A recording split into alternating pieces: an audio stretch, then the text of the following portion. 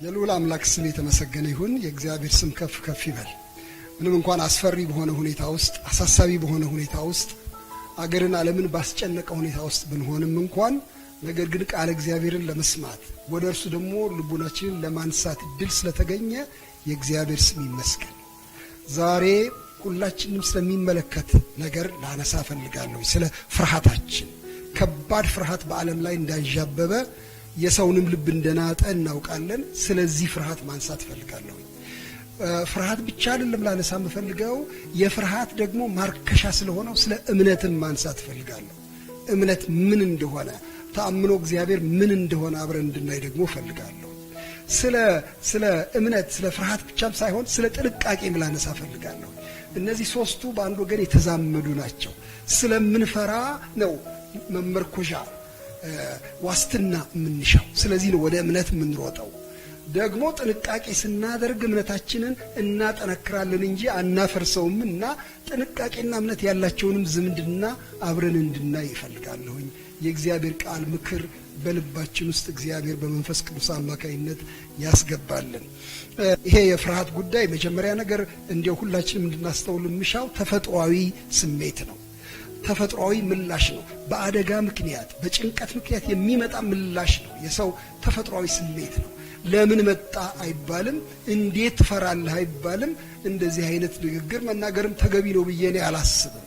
ፍርሃት የሁል ጊዜ የሰው ልጅ የስሜት መግለጫ ነው። ምናልባት እንዲያውም አንዳንድ ጊዜ ይሄ ፍርሃት የሚባለው ቀስ ብለን ብናስበው ለምንድን ነው ሰው የሚፈራው የተባለ እንደሆነ በሁለት ምክንያት ነው። አንደኛ የአቅሙ ውሱንነት ነው።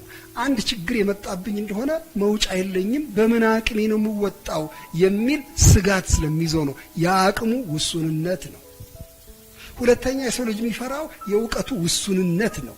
ነገ ምን ሊመጣ እንደሚችል አላውቅም፣ አሁን ይሄ ነገር ከቀጠለ ነገ ምን ይሆን የሚል ስጋት ነው። የመጪ ጊዜ ስጋት ነው። እንግዲያው ሰው በሁለቱም በኩል የተወሰነ ነው። በአቅም በጉልበት የተወሰነ ነው። በእውቀት በጥበብ የተወሰነ ነው። በእነዚህ ውሱንነቶቹ የተነሳ በእነዚህ ምክንያቶች የተነሳ ፍርሃት ሁሉ ጊዜ የዕለት ዕለት ከበባው እንደሆነ ሁላችንም እናስተውላለን፣ እንመለከታለን። ሰው ውሱን ነው። ስለዚህ ቢፈራ የሚገርም አይደለም፣ በምንም አይነት የሚገርም አይደለም። ይሄ ተፈጥሯዊ ምላሽ ነው። የነገ ፍርሃት በጣም ያስጨንቀናል ለሁላችንም። ምናልባት ምንድነው የምንፈራው? አሁን እኔ ለእናንተ መንገር የሚገባኝ አይመስለኝም። ይሄ ወረሽኝ በዚህ ከቀጠለ እንዴት ይሆን የሚል ትልቅ ስጋት አለ። እኔንስ ቢያገኘኝ፣ ቤተሰቤንስ ቢያገኝ በምንድን ነው የማመልጠው የሚል ፍርሃት አለ። ረጋ ብሎ ያሰበ ሰው ይፈራል። አገሩን ሁሉ ከሞላ ማምለጫው የት ነው መሸሸጊያው የሚል ፍርሃት አለ። ምናልባት ህይወቴ እንኳ ቢተርፍ ባያገኘኝ እንኳ ይሄ ቫይረስ ምን በልቼ ነው የምተርፈው የምቆየውስ እስከዚያው ድረስ ልጆቼን የምቀልበውስ ምንድን ነው የሚል ትልቅ ፍርሃት አለ። ምናልባት በውጭ ሀገር ዘመዶች ያሏችሁ ብዙዎች ትኖራላችሁ ብዬ ገምታለሁ። ጓደኞች፣ ቤተሰብ በውጭ ሀገር ደግሞ በተለይ በአሁኑ ጊዜ በጣም እየተስፋፋ ከመምጣቱ የተነሳ ትልቅ ጭንቀት፣ ትልቅ ውጥረት አለ በሁሉ ሰው ዘንድ እና አንዱ ፍርሃታችን ውጭ ያሉ ዘመዶቼ ምን ይሆኑ ይሆን እያልን ነው። ነገ ዛሬ ምን ይሆኑ ይሆን እያልን እንጨነቃለን፣ እንፈራለን። ከፍተኛ ስጋት አለ። ይሄ ሰብአዊ ስሜት ነው። በሰብአዊ ስሌት እናወጣለን፣ እናወርዳለን፣ እንፈራለን ሁኔታዎችን ሁሉ። እንግዲህ የመታመም ፍርሃት አለ፣ የመሞት ፍርሃት አለ፣ ከጓደኛ ከወዳጅ ከዘመድ የመለየት ፍርሃት አለ፣ የሚወዱን ሰዎች የማጣት ፍርሃት አለ፣ የራብ የችጋር ጭንቀት አለ። በጣም በብዙ ሰው ዘንድ የማህበራዊ ኑሮ መናጋት ፍርሃት አለ።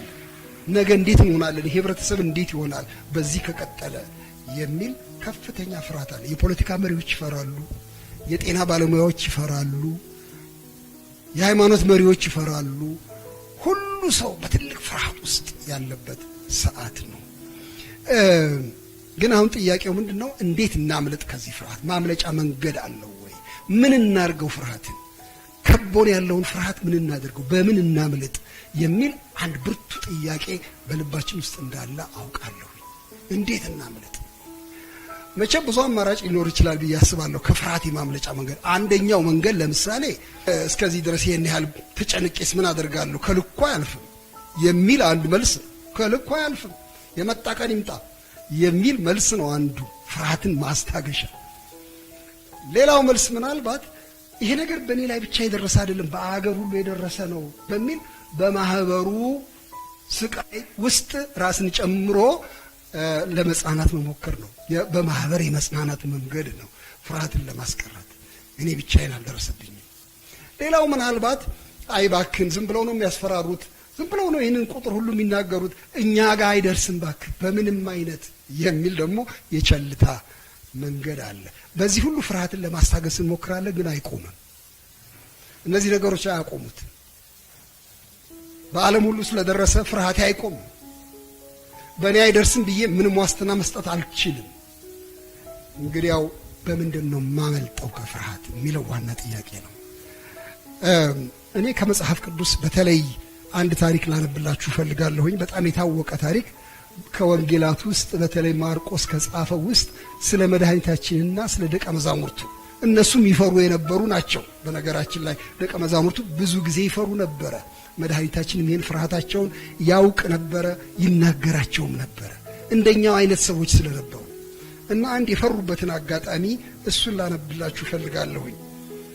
ምዕራፍ 4 የማርቆስ ወንጌል ቁጥር 35 እስከ 41 ያለው አጭር አንቀጽ በጣም ብዙ ትምህርት ውስጡ እንዳለበት አስተውላለሁ። እሱን አብረን ብናነብ ጋብዛለሁ።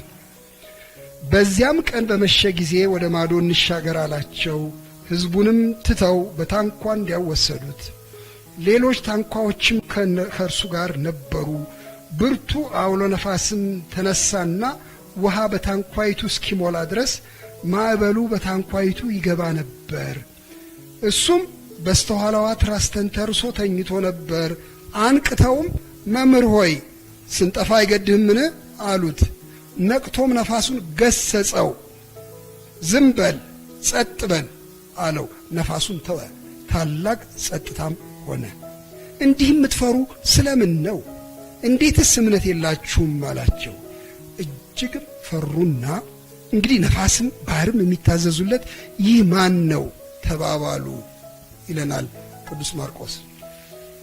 ይሄ አስገራሚ ታሪክ በጌታችን ሕይወት ውስጥ የተፈጸመ በደቀ መዛሙርቱም ሕይወት ውስጥ የተፈጸመ አስገራሚ ታሪክ በጣም ልቤን ይነካኛል። እኔ ምናልባት የፍርሃት ማርከሻውንም እዚሁ ላይ እናገኘዋለን ብዬ አስባለሁ። ስለዚህ ነው ይህን ክፍል በተለይ የመረጥኩት።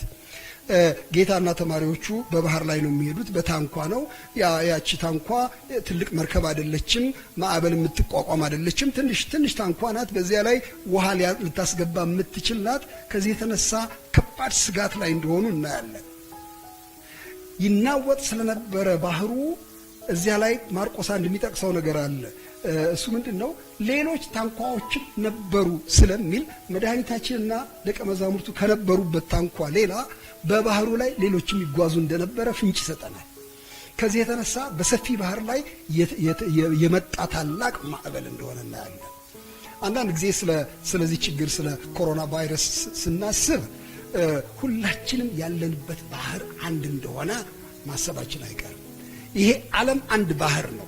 የሁላችንም ታንኳ ይናወጣል። የሁላችንም ታንኳ ላይ ማዕበሉ በከፍተኛ ደረጃ ይመጣል እና ምናልባት የታንኳ ባልንጀርነት ሳይኖረን አይቀርም ከሁሉም ሰው ጋር በየአገሩ በየቦታው ስቃይ ከሚደርስበት ጋር አብረን የምንጋራው ባህር ነው። አንዳንድ ጊዜ ምንም እንደማይደርስብን አድርገን የተደበቀ አንድ ቦታ ውስጥ እንዳለን ነው የምናስመስለው፣ ግን አይደለም። በባህሩ ላይ ነን አብረን ያለነው ከብዙዎቹ ጋር። ሁለተኛ ነገር እዚያ ላይ በጣም ልብ ብለን እንድናየው ላሳስባችሁ የምፈልገው ነገር ምንድነው? ማዕበሉ ሲነሳ ደቀ መዛሙርቱ የሚችሉት ነገር አልነበረም። ውሃውን በታንኳይቱ ላይ ይገለብጠዋል። ከዚህ የተነሳ ትንሽ ከቆየ ያቺ ትንሽ ታንኳ መገልበጡ አይቀርም። እንግዲህ የህይወታቸው ማለፉ ነው። ይሄ በጣም አሳስቧቸው አስጨንቋቸው እንደሆነ ታያላችሁ። በጣም የሚያስጨንቅ ማዕበል ነው የመጣው። ሶስተኛ ነገር ግን አስጨናቂነቱ ብቻ ሳይሆን ጌታቸው ተኝቷል። ውሃው እንደዚህ የሆነ ባህሩ እንደዚህ እየተናጋ ማዕበሉ እንደዚህ እያፏጨ እነሱ እንደዚህ እየተጨነቁ ጌታ አዳኝ የሚሉት ተኝቷል፣ ትራስ ተንተርሶ በስተኋላዋ ተኝቶ ነበር ነው የሚለው። አንዳንድ ጊዜ ለኛ የሚመጣብን ስሜት ልክ እንደዚህ ነው። ይሄ ዓለም እንደዚህ ሲራወጥ መያዣ ሲያጣ አምላክ አለ እንዴ? ለመሆኑ የሚሰማ አምላክ አለ እንዴ? ለመሆኑ የሚያይ አለ እንዴ? የሚቆጣጠር አለ ወይስ ሁሉ ነገር ከቁጥጥር ውጪ ነው? የብዙ መሪዎች ስሜት አሁን እንደሱ ነው። በዓለም ላይ ያሉ ትልልቅ መሪዎች ነገር ከቁጥጥር ውጪ ነው፣ ከእጃችን አመለጠ፣ በማንም እጅ እንዳለ አናውቀውም የሚል ድንጋጤ ነው። እነዚህ ደቀ መዛሙርት ፈሩ። ተኛ፣ የማይሰማ ነው። ስንት ሃይማኖት አለ፣ ስንት ጊዜ ነው ምን ማልደው። አሁን ሰሞኑን እንኳን የሰማሁት አለ አንድ አስተያየት በማህበራዊ ሚዲያ ላይ ሲመላለስ አይቻለሁኝ። እንዲያው በጣም ታሳዝኑኛላችሁ እናንተ ኢትዮጵያውያን፣ እስከ ዛሬ ድረስ አለመንቃታችሁ። የሚሰማ አለ ወይ ለመሆኑ የሚል አስተያየት። የሚሰማ አለ ወይ? መንቃት አያስፈልገንም ወይ? የራሳችን ባለቤቶች ራሳችን አይደለንም ወይ የሚል ነው አስተሳሰቡ። የሚሰማ አለ ወይ? ባህር ሲናወጥ እንደዚህ ታንኳ ስትናጥ የሚያይ አለ ወይ? ተኝቷል መድኃኒታችን። ግን አንድ በጣም ደስ የሚል ነገር አለ። ቀሰቀሱት ይላል። ቀሰቀሱት። የቅስቀሳ ሁኔታ ምናልባት ትንሽ ጨዋነት የጎደለው ሊመስል ይችላል። ስንጠፋ አይገድህም? አብረን እዚህ ውስጥ ስንሰምጥ ዝም ትላለህ አንተ፣ እኛ ስንጨነቅ አንተ ትተኛለህ የሚል ምናልባት ትንሽ ጨዋነት የጎደለው ሊመስል ይችላል። ግን ቢሆንም ያላቸው አማራጭ እሱ ነው። ቀሰቀሱት ጌታ። እኔ ላበረታታ እፈልጋለሁኝ። አሁን ሰሞኑን የምናደርገው በእነዚህ በ30 ቀናት በየእምነት ቤቱ እንደዚህ ባለ ደግሞ ሚዲያ የሚደረገው ነገር ቅስቀሳ ነው። አምላክ ሆይ አንተን አይገድህምን? የሰው ዘር ሲያልቅ ምንም አይመስልህምን? ጭንቀታችንን አታይምን? የሚል ቅስቀሳ ነው። በትህትና እንድናደርገው ነው የምጋብዘው። በትልቅ ትህትና የምታውቅ አምላክ እባክህ ተነስና እርዳን የሚል ቅስቀሳ እንደሆነ አያለሁ። የሚገርማችሁ ጌታችን ተነሳ፣ ነቃ። መኝታው የውሸት መኝታ ነበር አልልም እኔ፣ ደክሞት አርፎ ሊሆን ይችላል። ተነስቶ ያረገው ነገር በጣም ደስ የሚያሰኝ ነው። ምንም ከነሱ ጋር ንግግር አላረገም። ማዕበሉን አዘዘው ነው የሚለው። ጸጥ በል አለው፣ ዝም በል አለው። አንድ ትንሽ ልጅ አባቱን እንደሚሰማ አይነት ሽብልል አለ። ማዕበሉ ጭጭ አለ። አስገራሚ ነገር ሆነ። ዝም አለ ማዕበሉ፣ ጸጥ አለ ይለናል። እኔ ለማዕበል ገደብ የሚያበጅ አምላክ እንዳለ ዛሬ መናገር እፈልጋለሁ። ሲያናፍል የሚኖር ማዕበል የለም። አንድ ቦታ ላይ ቁም ሊባል ይችላል። አዛዡ ነው ዋናው። እኛ ማዘዝ አንችልም። በእውነት እኛ አይደለንም አዛዦች። እኛ የማዕበሉን ፈጣሪ የውሃውን ፈጣሪ አይደለንም። እኛ ቀስቃሾች ነን። ባለቤቱ ግን ያዛል። ዝም በል ጸጥ በል ይላል። ገደብ ያበጅለታል። እና ይህን ተስፋ በልቤ እይዛለሁኝ። ግን ትልቅ ፍርሃት እንደናጣቸው እንመለከታለን። እነዚህ በኋላ ዞር አለና እናንተ እምነት ይጎደላችሁ፣ እንዴት እምነት የላችሁም? እንዴትስ ትፈራላችሁ አላቸው። በኋላ የነሱ ምላሽ በጣም ልብ የሚነካ ነገር ነው። ጌታችን ፍርሃታቸውን ከእምነት ማጣት ጋር ያያይዘዋል። እነሱ ግን እንደገና ፈሩ ይላል። የሚያስገርም ነው። እጅግም ፈሩና ይሄ ማን ነው ባህርም ነፋስም የሚታዘዙለት ብለው ይላሉ። በጣም የሚያስገርመው አንዲት ጸሐፊ ምን ትላለች ይሄን አስመልክታ? ሁለት ፍርሃት ነው እዚያ ውስጥ ያለው። የመጀመሪያው ፍርሃት ወይኔ ጉዴ ጠፋሁ የሚል የተስፋ እጦት የቀቢጸ ተስፋ ፍርሃት ነው። ምን ይሻለኛል የሚል የሞት ፍርሃት ነው። ሁለተኛው ፍርሃት ግን ድንቅ ፍርሃት ነው። ሁለተኛው ፍርሃት የሞት ፍርሃት አይደለም፣ የእግዚአብሔር ፍርሃት ነው። የእግዚአብሔር ክብር ፍርሃት ነው። የእግዚአብሔር ኃይል ፍርሃት ነው። ምን አይነት አምላክ ነው! ባህር የሚያዝ ነፋስ የሚያዝ ምን አይነት ጌታ ነው የሚል የአድናቆት ፍርሃት ነው። የሰው ልጅ በእነዚህ በሁለት ፍርሃቶች መካከል ነው የሚመላለሰው። ወይ ማዕበል ይፈራል፣ ወይ የማዕበሉን ጌታ ይፈራል። ምርጫችን ሁለቱ ብቻ ነው ወገኖቼ፣ ሁለቱ ብቻ ነው። የማዕበሉ ፍርሃት ልባችንን ከያዘው መድኃኒቱ ማርከሻው እግዚአብሔርን መፍራት ነው። እሱን ስንፈራ፣ ችሎታውን ስናስብ፣ አቅሙን ስናስብ ፍቅሩን ስናስብ ይሄኛው ፍርሃት እየሟሸሸ ይሄዳል። ልክ በእባብ የተነደፈ ሰው መርዙ በሰውነቱ ሲሰራጭ ማርከሻውን መድኃኒት ፈልገው ሲወጉት መርዙን እንደሚያመክነው ፈሪሃ እግዚአብሔር ፈሪሃ ኮሮናን ያመክናል። በውስጣችን ያለውን ፍርሃት በሌላም የመሞት ፍርሃት፣ የመታመም ፍርሃት፣ ቅድም የዘረዘርኳቸው ልዩ ልዩ ፍርሃቶች እንዴት ነው የሚመክኑት ካልን ልዑል አምላክን ስናከብረው ስንፈራው እና ዛሬ ለእናንተ የማቀርበው አንድ ትልቅ ነገር ከልቤ የፍርሃት ቅያሬ እናድርግ ነው። መድኃኒታችን ኢየሱስ ክርስቶስ ፍርሃት ቀየረላቸው። ፍርሃቱን ያጠፋው በሌላ ፍርሃት ነው። የሚገርም ነገር ነው። ሺህ ነገር ስትፈሩ አትኑሩ፣ አንዱን ፍሩት፣ አለቀ። እሱን ስትፈሩ ሌሎች ፍርሃቶች ቦታቸውን ይይዛሉ፣ ይረግባሉ እያለ ነው የሚነግረን ያለ መድኃኒታችን። እና ይሄ ሁለተኛው ፍርሃት ፈሪሃ እግዚአብሔር የሚባለው እሱ በጣም ትልቅ አብነት ትልቅ መድኃኒት እንደሆነ ልነግራችሁ እፈልጋለሁ። ብዙ ጊዜ ራሴን ያገኘሁት እኔ ራሴ እናንተም ሳትታዘቡ አይቀርም። ብዙ ጊዜ ፍርሃት ምፈራው አምላክን እፊቴ ያላየሁት እንደሆነ እሱን ማሰብ ያቃተኝ ጊዜ፣ የሱን ጉልበት መገንዘብ ያቃተኝ ጊዜ፣ የሱን ፍቅር ማስተዋል ያቃተኝ ጊዜ ሁሉ ነገር ያስደነብረኛል፣ በሁሉ ነገር እሸበራለሁ። ነገር ግን ይሄ ፍርሃት ያኛውን ፍርሃት ያስወግዳል። መጽሐፍ በተደጋጋሚ ይህን ነው የሚናገረው። በኢሳይያስ ላይ አንድ በጣም የሚያስገርም ቃል አለ። ኢሳይያስ ምዕራፍ 8 ላይ እዚያ ላይ ኢሳይያስ በትንቢቱ ስለ ፍርሃት ያነሳል እና እግዚአብሔር ህዝበ እስራኤልን ምን ይላቸዋል? አትፍሩ ይላቸዋል። አድማ ነው ይሄ ነገር መጣብን መከላከል አንችልም እያሉ የሰጉበት ነገር ነበረ እና ምን ይላል? አድማ ነው አትበሉ፣ ወይም በድሮ ትርጉም ላይ ዱለት ነው፣ ሸንጎ ነው፣ አድማ ነው አትበሉ ይላቸዋል። ምዕራፍ 8 ኢሳይያስ ላይ ቁጥር 12 እና 13 ነው ማነብላችሁ። እንዲህ ይላል፣ የህዝብ ዱለት ነው አድማ ነው በሚሉት ሁሉ እንደዚህ አትበሉ፣ መፈራታቸውንም አትፍሩ፣ አትደንግጡ። ነገር ግን የሰራዊትን ጌታ እግዚአብሔርን ቀድሱት፣ የሚያስፈራችሁና የሚያስደነግጣችሁም እርሱ ይሁን። የፍርሃት ቅያሬ ነው። አትፍሩ፣ እሱን ፍሩት። ቀድሱት ማለት ለዩት፣ አታደባልቁት፣ ከሌሎች ጋር አታመሳስሉት። እግዚአብሔር ብርቱ ነው፣ እግዚአብሔር ታላቅ ነው፣ የሚያስፈራችሁ የሚያስደነግጣችሁ እርሱ ይሁን ብሎ ይሄንን ታላቅ ቃል ሲናገራቸው እናያለን። ፍርሃትን በአንድ ወገን ስመለከተው እግዚአብሔር የሰጠን ጥሩ ነገር ነው። በእውነት ሰው መፍራቱ ከአደጋ እንዲጠበቅ የሚረዳው እኮ አንድ ቀስቃሽ እኮ ነው። ስለዚህ ፍርሃትን እግዚአብሔር እንዲኖር መፍቀዱ በሰው መካከል እኮ በእውነት ልክ ነው። ከአደጋ የምንሸሸው፣ ከአውሬ የምንሸሸው፣ ከጭንቅ የምንሸሸው፣ ከመኪና አደጋ የምናመልጠው ስለምንፈራ ነው። ፍርሃት ጥሩ እኮ ነው።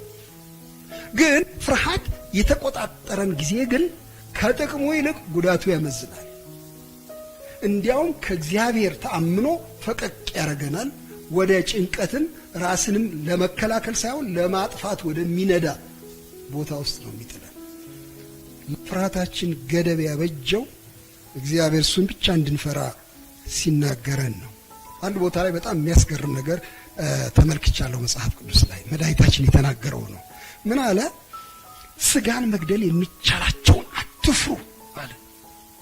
እና ይህንን አንድ ቀን እቤቴ ቁጭ ብዬ ሳነበው ደንግጫለሁ። ስጋን መግደል የሚቻላቸውን አትፍሩ እንዴት ይላል?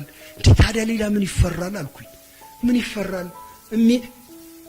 ትሞታለህ እንጂ ምን ትሆናለህ እኮ ነው ንግግሩ። ትሞታለህ እንጂ ምን ትሆናለህ እንዴት ይባላል እንዴ? ከሞት በኋላ ሌላ ምን እፈራለሁ? አለ የሚፈራ አለ ጌታ። ከገደለ በኋላ ነፍስንም ስጋንም ወደ ገሃነም ሊጥል የሚችለውን እሱን ፍሩ። በእውነት እላችኋለሁ እሱን ፍሩ። እንግዲህ ይህችን ትንንሽ ፍርሃት የሚያስወግድ ትልቅ ፍርሃት አለ ነው የሚለው። በፈሪሃ እግዚአብሔር ነው የምናመልጠው ነው የሚለው። ይሄ ፈሪሃ እግዚአብሔር ትልቅ ነገር ነው ወገኖቼ፣ በጣም ትልቅ ነገር ነው። ምን ማለት ነው ፈሪሃ እግዚአብሔር? እግዚአብሔርን መፍራት ምን ማለት ነው? እግዚአብሔርን መፍራት ማለት መሸበር ማለት አይደለም። እግዚአብሔርን መፍራት ማለት የት አባቴ እገባለሁ ያደባየኝ እንደሆነ የሚል በእግዚአብሔር ላይ ያለ ሰቀቀን አይደለም። ፈሪሃ እግዚአብሔር እግዚአብሔርን ከሌሎች ነገሮች መለየት ነው። እግዚአብሔር ይበልጣል ማለት ነው። ፈሪሃ እግዚአብሔር እግዚአብሔርን አክበር ነው። ጉልበቱ ትልቅ ሆነ፣ ጥበቡ በጣም ጥልቅ እንደሆነ ተረድቶ፣ ፍቅሩ የማይነጥፍ መሆኑን ተረድቶ በሱ ላይ መደገፍ ነው። እውነት ለመናገር እግዚአብሔርን መፍራት ማለት እምነት ማለት እኮ ነው። በእውነት እምነት የምትለው አስተሳሰብ እኮ በአንድ ወገን ተመሳሳይነት። ፈሪሃ እግዚአብሔር በልቤ ሲያድር አንተን አምናለሁ፣ ምንም አልሆንም። አንተን አምናለሁ፣ የምትፈቅደውን የምታረግ አምላክ ነህ። አንተን አምናለሁ፣ እኔን በከንቱ እንድሞት የማታረግ አምላክ ነህ። አንተን አምናለሁ፣ መቆጣጠር የምትችል አምላክ ነህ የሚል የእምነት ቋንቋ ነው ፈሪሃ እግዚአብሔር። እና ይሄንን ፈሪሃ እግዚአብሔርን ነው የሚያበረታታ ያለ። ይሄ እግዚአብሔርን መፍራት ማለት መደገፍ በእግዚአብሔር ማለት ነው። እውነት ለመናገር እምነት መደገፍ ነው። የሰው ልጅ አቅሙ ውሱን ከመሆኑ የተነሳ የአቅም ውሱንነት በሌለበት አምላክ ላይ ራሱን መጣል ማለት ነው። ሌላ ነገር አይደለም። አንተ ትችላለህ እኔ አልችልም የሚል አዋጅ ነው እምነት፣ ሌላ ነገር አይደለም። በአንተ ላይ ደግፋለሁ፣ በአንተ ላይ አርፋለሁ፣ ብመረኮዝህ ማትሰበር ነህ በሚል በእግዚአብሔር ችሎታ ላይ መቆየት ነው ማመን ማለት። በዚህ በእኛ ሁኔታም እግዚአብሔር መፍራት ማለት ይሄ ነው፣ ማመን ነው። የሚሰራውን የሚያውቅ አምላክ ነው። እንዲሁ በከንቱ የሰው ልጅ ሊያጠፋ የሚፈልግ አምላክ አይደለም።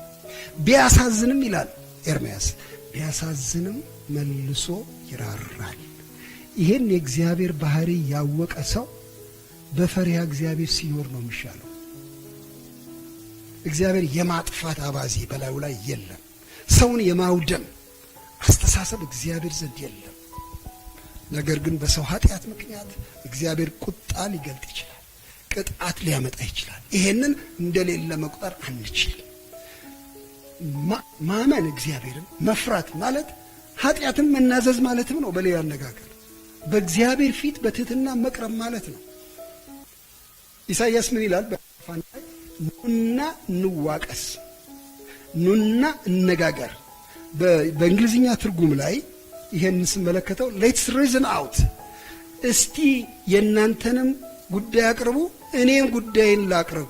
የት ጋ ነው ማን ነው ያጠፋው የሚል እኮ ነው። ኑና እንዋቀስ፣ ንገሩኝ እስቲ። እና ኃጢአታችሁ የእናንተ ኃጢአት እንደ ደም ብትቀላ እንደ ባዘቶ እንደ ነጭ ጥጥ ትጠራለች፣ እንደ አለላ ብትሆን እንደ አመዳይ ትነጻለች ብሎ ይህን ተስፋ ይሰጣል። እንግዲያው ፈሪሃ እግዚአብሔር ወደ ኑዛዜ ወደ ንስሐ ነው የሚያቀርበው፣ ወደ ድፍረት ንግግር አይደለም የሚመራው። እግዚአብሔር ሆይ ምን አድርጌያለሁ? ሕዝብህ ምን አድርጓል? ቤተ ክርስቲያን ምን አድርጋለች? የዓለም ሕዝብ ምንድን ነው የበደለው? እንዲያው በደም ሳሳው በደፈናው ሳይሆን በመዋቀስ በእግዚአብሔር ፊት እንደ አገር በድለናል፣ በዚህ በድለናል፣ በዚህ በድለናል፣ ይሄን አጥፍተናል፣ እንደ አገልጋዮች እንደ ቤተ ክርስቲያን ሰዎች ይሄን አድርገናል በሚል ኑዛዜያችንን በእውነት በእግዚአብሔር ፊት ማቅረብ ነው። አንዳንድ ጊዜ የሃይማኖት ቤተሰቦች በሌሎች ላይ ፈራጆች ነን። በጣም በሚያሳዝን ሁኔታ ሌሎች እንደበደሉ አድርገን እንቆጥራለን። ሌሎች እንዳጠፉ፣ ሌሎች አገሮች በጣም እንደከፉ በእግዚአብሔር ላይ፣ እኛ ግን ንጹሐን እንደሆንን አድርገን እንቆጥራለን። አንድ ጊዜ መድኃኒታችን በጣም ኃይለኛ ነገር ተናገረ። መጡና ደቀ መዛሙርቱ ጲላጦስ ያደረገውን ሰምተሃል? ሰዎቹ መስዋዕታቸውን ሲያቀርቡ አረዳቸው፣ እዚያው ደማቸውን ከመስዋዕታቸው ጋር ቀላቀለ እኮ አሉት። አስደንጋጭ ዜና ነው። ጉድ የሚያሳይ ነገር ነው። ግን ጉድ አላለም እሱ። ንስሐ ባትገቡ እናንተም ትጠፋላችሁ ነው ያለው። እንደዚህ ነው የተናገረው ጌታችን። ንስሐ ስለ ሌሎች ጉድ እያወራችሁ መኖሪያ ጊዜ አይደለም። እናንተ ንስሐ ባትገቡ በሰሊሆም ግንብ ወድቆባቸው 18 ሰዎች ሞቱ። የነሱ ኃጢአት በኢየሩሳሌም ከነበሩት ሁሉ ይልቅ የበዛ ይመስላችኋል? ግን እላችኋለሁ ንስሐ ባትገቡ እናንተም እንዲሁ ትጠፋላችሁ። እንግዲህ ወደ ራስ መመልከቻ ጊዜ ነው እንጂ እንደው ጣታችን እየጠቆመ ይሄ ሀገር እንዲህ ስለሆነ ያኛው ሀገር እንዲህ ስለሆነ ማን ነው የሚመዝነን? እሱን ማሰብ የሚገባ ይመስለኛል። እኛ ሀገር ውስጥ እኛ ቤት ውስጥ ቤተ ክርስቲያን ውስጥ በደል የለም ወይ? በአገልጋዮች መካከል ነውር የለም ወይ? ስለየራሳችን ንስሐ የምንገባበት ጊዜ ፈሪሃ እግዚአብሔር ማለት እሱ ነው። በዚያ ጊዜ ድህነት፣ በዚያ ጊዜ ተስፋ ይገኛል። ወንድሞቼ እና እህቶቼ ደግሞ ትንሽ ልጨምር እፈልጋለሁኝ። እምነት ፍርሃትን የሚያስወግደው እምነት እውነታን የሚክድ አይደለም። እሱን ትንሽ መናገር እፈልጋለሁ። እምነት ማለት የለም ብሎ መጨፈን አይደለም። እውነታን እያዩ ፊት ለፊት ለምሳሌ ኮሮና የሚባል ቫይረስ አለ። ሰው አካል ላይ በገባ ጊዜ እስትንፋሱን ያበላሽበታል፣ እየቆየም ከቀጠለ ሊገለው ይችላል የሚለው እውነታ ነው። ይሄን እውነታ መገንዘብ ነው እምነት። ይሄን ተገንዝቦ ያጠናቀቅኩ እንደሆነ እኔንም ይዘኝ ይችላል፣ ሊጋባም ይችላል ብሎ ማለት ይሄን እውነታ መቀበል፣ ግን ከዚህ ከፍ ያለ ሌላ እውነታ ደግሞ እንዳለ መገንዘብ ነው። በሌላ ነገር ትንሽ ምሳሌ ብሰጥ አንዳንድ ቀን መብራት እናበራና ቤታችን በረንዳ ላይ ውጭው በረንዳ ላይ ረስተነው እንሄዳለን። ማታ ነው ያበራ ነው። ቀን ሳናጠፋው ውሎ ማታ ስንገባም እየበራ ነው ያለው። ለምን ረሳ ነው አይታየንም እንዴ ስል ያስረሳን ከፍ ያለ እውነት ነው። ፀሐይዋ ስትወጣ ያንን ጭልጭል የሚል የአምፑል መብራት የሌለ ያህል አስመሰለችው እና ተተነወድን። ምንም የበራ ነገር አይታይም፣ የበራች ፀሐይ ስላለች። እምነት እንደሱ ነው።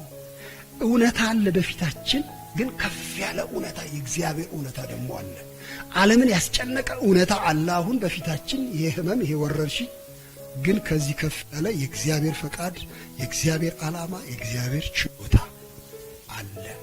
እንግዲያው እምነት ከእውነታ ጋር የሚጣላ አይደለም፣ የበለጠ እውነታ የሚያሳይ ነው እንጂ እምነት ምናልባት የራስን ትንሽነት በእግዚአብሔር ትልቅነት ማሸነፍ ማለት እኮ ነው እምነት፣ ሌላ ነገር አይደለም። እኔ እንደማልችል አውቄ የሚችል እንዳለ ስገነዘብ ያን ጊዜ እምነት ነው። ያን ጊዜ በሱ ላይ ይደገፋለሁ። ወገኖቼ በመጨረሻ ትንሽ ስለ ጥንቃቄ ልናገር እፈልጋለሁ። ጥንቃቄ አስፈላጊ ነው። እናምናለን፣ እግዚአብሔር ችሎታ እንዳለው እንመሰክራለን። ሁላችንም ፈዋሽ እንደሆነም እናምናለን። ማዕበልን ጸጥ እንደሚያደርግ ቅድም እንደተነጋገርነው እናምናለን። ግን ጥንቃቄን መተው ግን የእምነት ክፍል ነው ብዬ እኔ አላስብም። መጽሐፍ ቅዱስም እንደሱ አይነግረን። ጥንቃቄ እግዚአብሔር በፍጥረት ውስጥ የሰራው በጣም ውብ ስራ ነው። ሌላው ቀርቶ በአካላችን ውስጥ ያለው እንኳን አሰራር ጥንቃቄን እኮ የሚያሳይ ነው። አካላችን አሁን ለምሳሌ ተሐዋሲ ሲመጣ ወደ አካላችን ውስጥ ሲገባ የሚጎዳም መሆኑን ሲያውቅ አካል መዋጋት ይጀምራል፣ መጠንቀቅ ይጀምራል። ለምሳሌ ይሄ ሙቀቱ፣ ይሄ አሁን ትኩሳት የሚባለው አንዱ የውጊያ መሳሪያው ነው የአካል። እግዚአብሔር በስሪታችን ውስጥ ይሄንን ጥንቃቄ አድርጓል። ሰውን ከፈጠረ በኋላ እግዚአብሔር የሚያስገርም ነገር ነው። ምድርን ታበጃት ዘንድ፣ ትጠነቀቅላት ዘንድ፣ ታለማት ዘንድ ማለቱ ጥንቃቄ በሰው እጅ ያለ ነገር እንደሆነ ሲያሳየን ነው። ቃየን ወንድሙን አቤልን በገደለ ጊዜ የወንድም ድምፅ ወደ እኔ ይጮሃል አለው። በኋላ እኔ ታዲያ እኔ ወንድሜ ጠባቂ ነኝ እንዴ አለ። ጠባቂነቱ ሲያሳየው ነው እግዚአብሔር። የወንድሞቻችን ጠባቂዎች ነን። በሽታው እንዳይጋባ ወደ ሌሎች፣ ችግሩ እንዳይስፋፋ የመግታት ኃላፊነት አለብን። የራሳችንን አካል ጠባቂዎች ነን በአንድ ወገን። ጥንቃቄ ከጌታ ቃል ውጪ አይደለም በፍጹም። እንደው ይህንን በጣም አስረግጬ መናገር እፈልጋለሁ። በኖህ የጥፋት ውሃ ጊዜ ታውቃላችሁ እናንተ፣ ዝናቡን እግዚአብሔር በላከ ጊዜ፣ ምድርን ሁሉ ባጠፋ ጊዜ ኖህ እንዴት ደስ ይላል ይሄ ዝናብ እያለ ደጃፍ ላይ አልተዝናናም። በእውነት እንዲህ አላረገም። ልጆቹን እናንተ ምንም አያረጋችሁም፣ ይዝነብ እንዋኝበታለን አላለም። ይኸው መጽሐፍ እንደሚናገር ኖህ መርከብ አዘጋጀ፣ በመርከቡ ውስጥ ቤተሰቡን አስገባ፣ እግዚአብሔር በሩን ዘጋው። የመርከቡ ከባድ ጥንቃቄ፣ የሚበሉትን ይዘው እነዚያን ደግሞ እንስሳቱን በየአይነቱ አድርገው የተሰራ ትልቅ መርከብ ውስጥ ገቡ። ጥንቃቄ መጽሐፍ ቅዱሳዊ ነው፣ እግዚአብሔር ነገር አይደለም። ተውኑ ወንድሞቼ።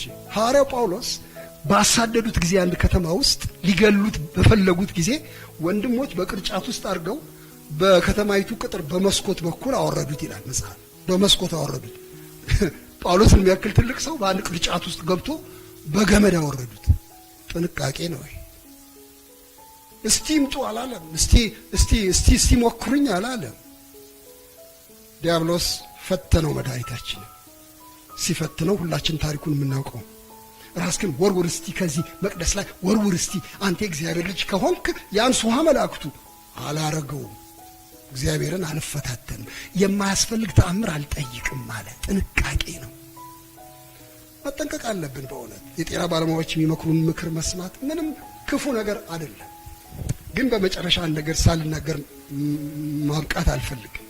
የምንጠነቀቀው ግን ለሚጠፋ ስጋ ብቻ ነው ወይ ነው ጥያቄው። ይሄ እኮ አሁን ከኮሮናም ቢተርፍ በሌላ ህመም ሊሞት ይችላል፣ በርጅናም ሊሞት ይችላል። ትንሽ የማሰንበት ጉዳይ ነው እንጂ እኮ ያልቅለታል እኮ ይሄ ምድር ራሷ ያልቅላታል እኮ።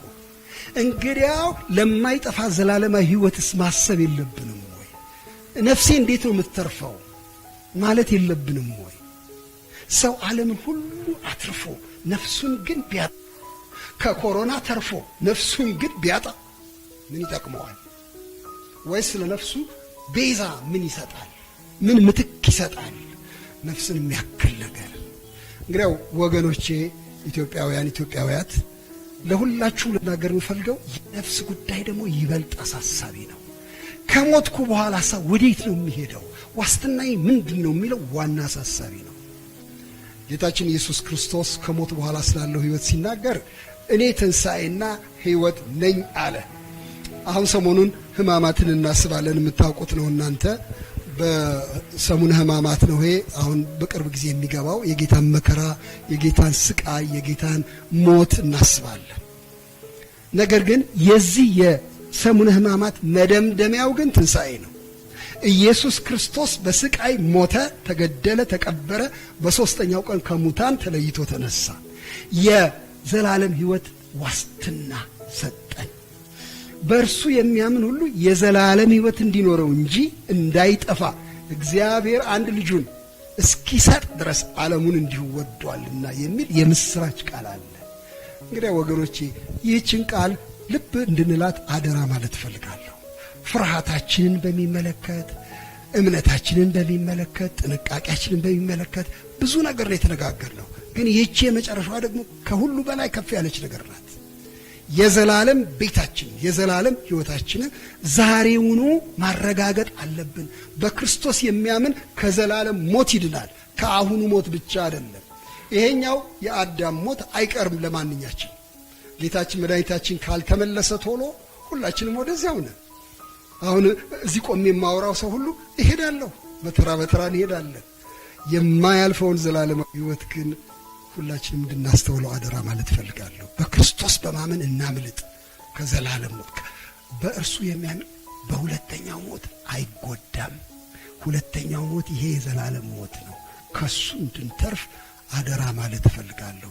የእግዚአብሔር ሰላም፣ የእግዚአብሔር በረከት በሁላችሁ ላይ ይሁን። የእግዚአብሔር ጸጋ በአገራችን ላይ ይሁን። በእውነት በዚህ ህመም ምክንያት፣ በዚህ በሽታ፣ በዚህ ወረርሽኝ ምክንያት የተጨነቁትን የተሰቃዩትን እግዚአብሔር በምህረቱ እሱ እንዲፈውስ፣ እሱ እንዲያረጋጋ፣ ማዕበሉን ዝም በል ያለ ጌታ ይሄንንም ቫይረስ ጸጥ በል ዝም በል እንዲል እጸልያለሁ። ለእናንተም ይሄንን እመኛለሁ።